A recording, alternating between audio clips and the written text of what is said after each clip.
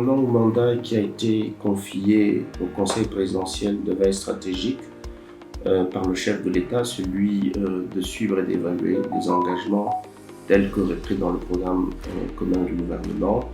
Il a plu au coordonnateur du CPVS, M. François Bamba-Tchichindi, d'engager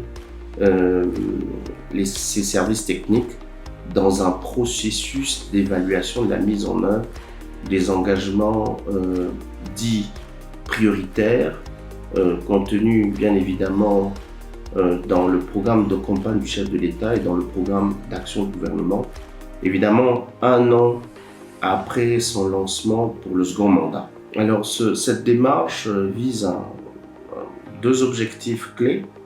Le premier objectif consiste à établir un état de lieu du niveau d'avancement de ces mesures, tout en identifiant les facteurs bloquants qui ne permettent pas leur réalisation optimale.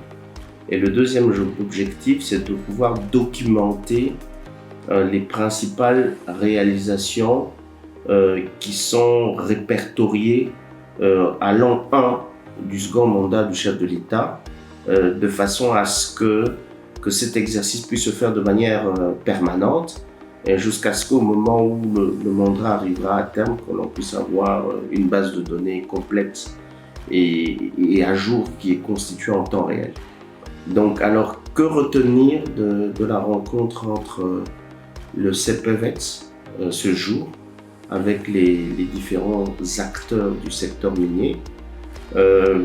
Nos discussions se sont centrées sur 2 points saillants. Le premier point a été celui d'identifier les mesures emblématiques. Le CPVS avait une idée, avait une proposition, mais cette proposition, bien sûr, a été enrichie à l'issue de cette discussion. Et de manière consensuelle, on est arrivé à 6 mesures clés que je peux en citer quelques-unes.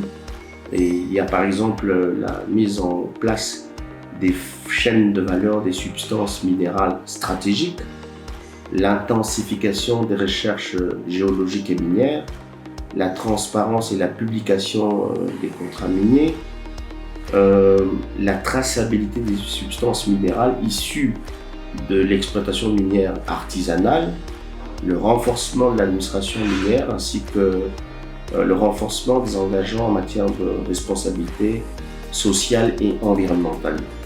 Évidemment, on a pu identifier les répondants, les structures clés qui évidemment vont centraliser toutes ces informations. Et donc ça, c'est un premier acquis important en ce qui concerne la réunion qui a eu lieu ce jour. Un deuxième point saillant, c'est que le CPVS, au travers de son coordonnateur, avait transmis une lettre, avait saisi officiellement les différentes structures par voie de lettre, et une fiche de collecte de données avait été annexée à cette lettre-là. Et donc il fallait qu'on puisse aller en détail pour comprendre un peu l'esprit et je dirais la lettre des différentes rubriques qui ont été alignées, de façon à avoir une compréhension commune des informations à mettre dans cette fiche de collecte.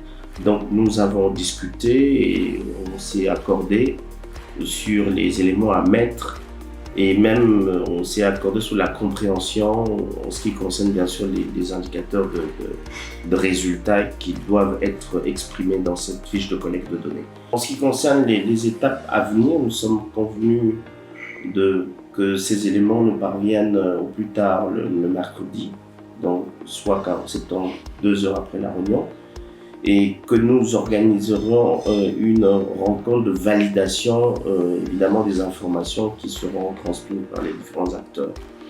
Et nous avons tenu aussi à rappeler le fait que c'est un exercice qui a un caractère structurel et permanent. Donc nous allons le faire régulièrement de façon à permettre à l'autorité d'être informée en temps réel sur les différents goulots d'étranglement qui ne permettent pas à ce que ces mesures prioritaires puissent atteindre bien sûr leur vitesse de croisière ou puissent connaître une réalisation efficace et efficiente, bien sûr au bénéfice de nos concitoyens. Voilà un peu en quelques mots les termes de nos échanges de ce jour.